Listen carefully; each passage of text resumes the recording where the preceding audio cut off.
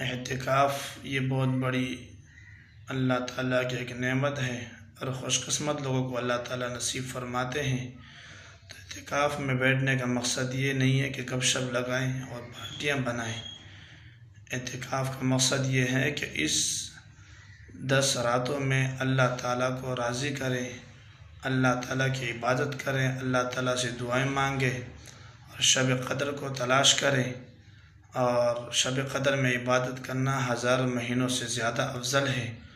और शब क़द्र आपको मिलेगी रमज़ान के आखिरी अशरे की ताक रातों में, यानी 21वीं शब, 23 और 25, 27 और 29। इन रातों में खूब अल्लाह ताला की इबादत करके अल्लाह ताला को राज़ी करें और शब क़द्र को हासिल करें। अल्लाह ताला हमें कुरान और सुन्नत पे चलने की तौफ़ीक़ नसीब फरमाए।